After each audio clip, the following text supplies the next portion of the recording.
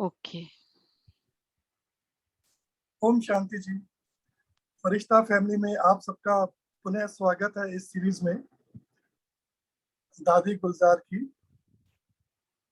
दादी, आज का जो टॉपिक है दादी गुलजार के कनेक्शन में, कि दादी गुलजार के मन में हमेशा एक भावना रहती थी कि बाबा ने मुझे निमित्त बनाया है और जो भी होगा मेरे लिए कल्याणकारी ही होगा। बाबा जो कराएंगे मेरे लिए अच्छा ही होगा। तो नीलू दीदी जो 30-40 साल से उनकी देखभाल करती थी, केयर करती थी, वो शेयर कर रही थी कि दादी को कभी भी जैसे किसी प्रोग्राम में जाना होता था, किसी सेवा सेंटर में, सेवा स्थान में, तो वो हर एक जो भाई बहन है उससे अनुमति लेके उसको बता के जाती थी। कोई छोटा हो कोई बड़ा हो, सबसे छुट्टी लेके जाती थी कि मैं सेवा पे जा रही हूँ। उनके मन में कभी भी ये नहीं रहता था कि मैं सीनियर हूँ और मैं बड़ी हूँ। कभी ऐसी भाव नहीं रहती थी। आई एम एन इंस्ट्रूमेंट, मैं बाबा की इंस्ट्रूमेंट हूँ। तो ये फीलिंग उनके दिमाग में हमेशा रहती थी। उनको था कि बाबा जो भी कराएगा उसमें मेरा कल्याण है, वो मेरे अच्छे के लिए है, और उसमें अपनी बुद्धि बिल्कुल भी मिक्स नहीं करती थी। उनके अपने कोई भी व्यर्थ विचार, कोई भी बात तो कुछ नहीं चलता था। जो बाबा ने कहा, जी बाबा। कई बार नीलू दीदी कहती थी उनको कि जैसे कई बार लोग नहीं सुनते थे, कोई भाई बहन कुछ, कि भी आपके पास अथॉरिटी है, आप इनको बोलो ना। तो वो कहती थी नहीं, मैं निमित्त हूँ, मेरा ये रोल है। हाँ, वो कभी भी अपनी अथॉरिटी को मिसयूज नहीं करती थी। तो बिल्कुल इतना प्यार से जैसे बात करती थी वैसे ही करती थी, बिना अपनी भावना को खराब किए। और जब बाबा मिलन का शुरू होता था सीजन, अक्टूबर से जैसे बाबा मिलन शुरू होता है, तो उस समय नीलो बहन बताती हैं कि वो अपने शरीर को भी बहुत उसका ध्यान रखती थी। वो कहती है कि ये शरीर भी ना बाबा का रथ है, और बाबा का रथ है तो मैं इंस्ट्रूमेंट हूँ, मैं निमित्त हूँ। तो मुझे इसका ध्यान वो बहुत ध्यान से ध्यान रखती थी। तो नीलू बहन कहती थी उनको कि भाई ये तो बाबा करा रहे। कहते नहीं, बाबा तो करा रहे हैं, लेकिन मेरी भी ड्यूटी है कि मैं निमित्त हूँ, मेरी भी ड्यूटी है कि इसका ध्यान रखना, ये बाबा का रथ है।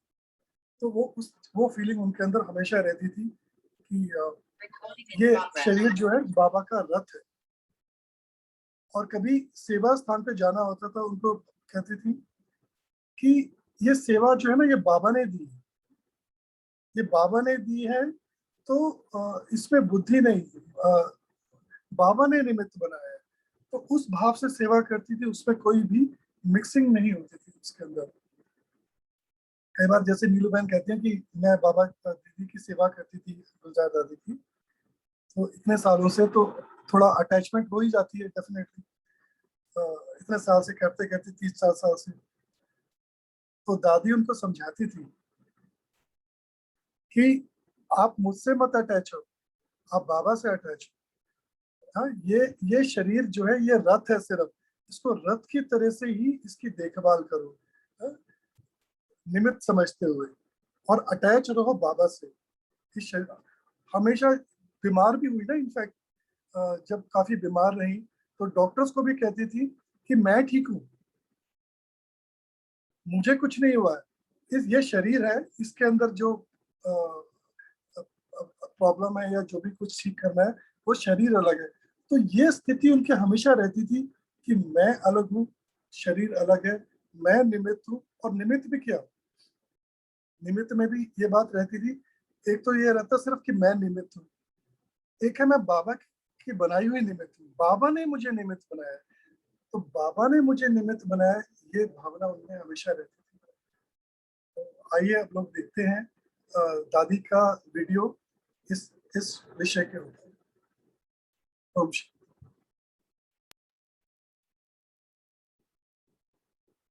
So let's look at a video of the very lovely instrument, Daddy Gulzar.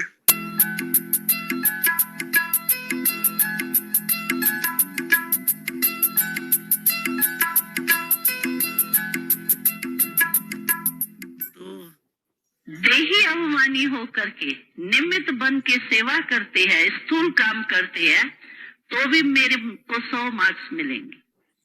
और अगर मैं सेवा नहीं करती हूँ, कर्मणा सेवा नहीं करती हूँ, नहीं मैं तो बड़ी हूँ, छोटे छोटे ये काम करे, हम तो पुराने हो गए, अभी ये नू का काम है, समझो ये मेरे में देहबान आ गया, तो कर्मणा में हमारी मार्क्स भी कम नहीं होनी चाहिए। स्कूल में, कॉलेज में भी देखो, एक भी सब्जेक्ट में अगर मार्क्स कम होती है तो क्या होता है? फर्स्ट डिवीजन आता है, सेकंड डिवीजन आ जाएगा ना। इसीलिए हमको सब सब्जेक्ट में निमित्त बन, हम निमित्त है, ये पक्का करो। मैं नहीं करता हूं, लेकिन मुझे बाबा ने निमित्त बनाया। तो जहां निमित्त भाव होगा ना, वहां निर्माण होंगे आप। अगर निमित्त भाव नहीं है ना, मैंपन है ना, तो देहाभिमान जरूर होगा किसी भी रूप में। तो देहाभिमान का दरवाजा है मैंपन, और देही अभिमानी बनने का दरवाजा जो है वो है निमित्त भाव। कभी भी ये नहीं समझो मैं ये करता हूँ, मैं ये समझता हूँ, मैं खत्म हो गई। देह भान की मैं, हाँ मैं शुद्ध आत्मा हूँ, मैं बाबा का विशेष आत्मा हूँ, बाबा ने मुझे नूरे रतन बनाया है, बाबा ने मुझे सिकीलदा बनाया, लाडला बनाया। आत्मा के नाते से मैं शुद्ध आत्मा हूँ, शरीर का भान नहीं। अगर शरीर के भान में आ गए ना, तो फिर मार्क्स कम। मानो हम समझते हैं कि ठीक है, मैं जो करता हूँ वो यहाँ मिले मुझे, पूछे कोई। तो बाबा ने एक बारी कहा, तो अभी अभी बीज लगाया और कच्चा फल खा लिया, तो भविष्य में क्या बना आपका? फल पैदा हुआ, कच्चा ही खा लिया, पकने ही नहीं दिया। पकना है सतयुग में, फल वहां मिलना है, अभी कच्चा फल है, और कच्चा फल ही आपने खाना शुरू कर दिया, तो क्या मिलेगा? भविष्य क्या बनेगा? जमा क्या होगा? होगा जमा? नहीं होगा ना। इसीलिए बाबा कहते हैं निमित्त भाव। और चेक करो, मैं काम कर रही हूँ, कर रहा हूँ, लेकिन निमित्त भाव से कर रही हूँ, मैंपन तो नहीं आ गया। तो चेकिंग और क्या करनी है? यही करनी है ना। और निमित्त भाव में क्या है? बोझ नहीं है हमारे ऊपर, निमित्त है। करावन हार करा रहा है, मैं निमित्त कर रही। तो जिम्मेवारी किसके ऊपर हो जाती है? बाबा के ऊपर ना। तो हम हल्के रहते, और हल्के हो करके कोई भी काम करो तो कैसा काम होता है? भारी होकर के भारी बुद्धि है, मानो मेरे को सेवा करनी है, लेकिन आज कोई सरकमस्टेंस के कारण मेरी बुद्धि बहुत भारी हो गई है, कोई बात ऐसी हो गई, तो मेरी सेवा कैसे होंगी उस दिन? अच्छी होंगी? क्योंकि भारी बुद्धि जो होंगी ना, तो वो निर्णय ठीक नहीं देंगी आपको, और उसका प्रभाव नहीं पड़ेगा। जो सेवा करेंगे ना, वो सेवा मेहनत भी ज्यादा है और फल कुछ भी नहीं। जैसे पानी बिलो रहे हो, पानी बिलोड़ने से कभी मक्खन निकलता है क्या? तो मेहनत भी ज्यादा है और प्राप्ति कुछ नहीं। अंदर मन में खुशी नहीं होगी ना, मूंझा हुआ मनुष्य होगा ना भारीपन में। तो कभी बुद्धि भारी नहीं होनी चाहिए, न वायुमंडल से, न देह अभिमान से, सदैव हल्के। बस बाबा करा रहा है।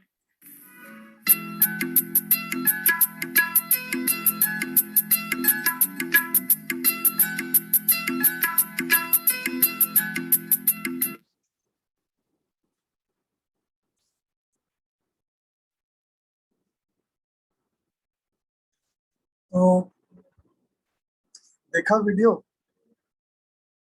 आज का होमवर्क है इसी निमित्त भाव के ऊपर। बाबा ने मुझे निमित्त बनाया है, बाबा मुझसे जो कराएगा वो मेरे लिए कल्याणकारी होगा, कल्याणकारी ही होगा। बाबा करन करावन हार है। बाबा ने मुझे अपनी शक्तियां दी हैं, बाबा ने मुझे विशेषताएं दी हैं, बाबा मुझे यूज कर रहा है, बाबा मुझे रिफाइन बना रहा है। जो भी मैं सुबह से शाम तक आज काम करूंगा, बाबा करा रहा है, बाबा करा रहा है। और मेरे लिए कल, क्योंकि बाबा करा रहा है तो मेरे लिए उसके अंदर कल्याण ही होगा। ये निमित्त भाव वेरी इंपॉर्टेंट। ये पूरे दिन हमें आज इसकी स्मृति में रहना है। 1 मिनट के लिए साइलेंस में रह के इस बात को और गहराई से बहुत अंदर तक जाने देंगे, अपने सबकॉन्शियस तक, कि बाबा करा रहा है और जो भी मेरे लिए वो कराएगा वो कल्याणकारी होगा। आई एम हिज इंस्ट्रूमेंट, मैं उसका इंस्ट्रूमेंट हूँ, उसने बनाया है। 1 मिनट साइलेंस।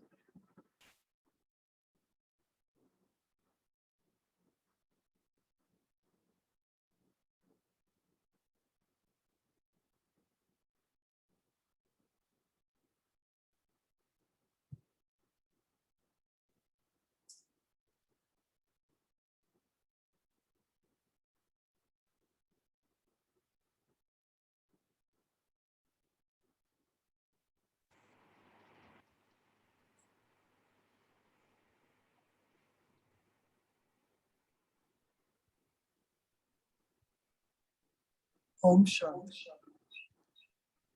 और एक संडे की मुरली से एक दूसरा होमवर्क है।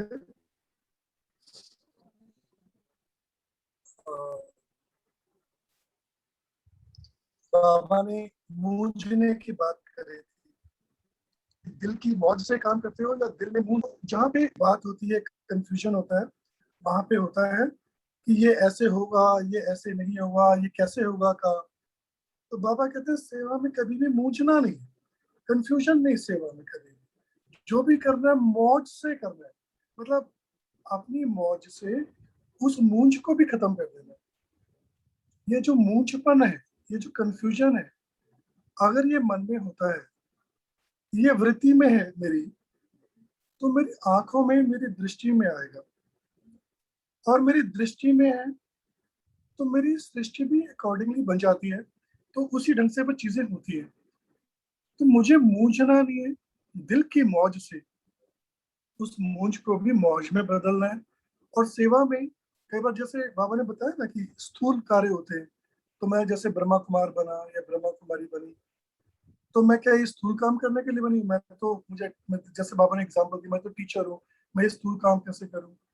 तो बाबा ने ये सिखाया अपने एग्जाम्पल से, कि बाबा ने जैसे गोबर का उपले बनाए या छोटे छोटे चप्पल सिली, इस तरह के काम कराए, तो सबने बड़े मौज से किए। तो हमें सेवा में कोई भी काम मिले, हमें हमें अपनी जो वृत्ति है उसमें से मूंझपन को हटाते हुए मौज को इंट्रोड्यूस करना है। मौज से करना है, चाहे कोई भी काम हो सेवा में, मूंझना नहीं है, बस मौज से करना है। कुछ भी काम मिले, आज घर में, ऑफिस में, कहीं भी कुछ भी काम करना पड़े मुझे, तो मैं निमित्त तो आज बनी गया। और दूसरी चीज, मौज से करना है, चाहे कुछ भी मनोज भाई आवाज नहीं आ रही ऐसा। बिल्कुल भी। आ रही है आवाज, तो आ रही है। अच्छा, बस मूंझना नहीं है, मौज से करना है, जो भी करना है निमित्त बन के करना है, और दूसरी चीज मौज से करना है। बस ये 2 बातें करनी है आज के होमवर्क में। ओम शांति।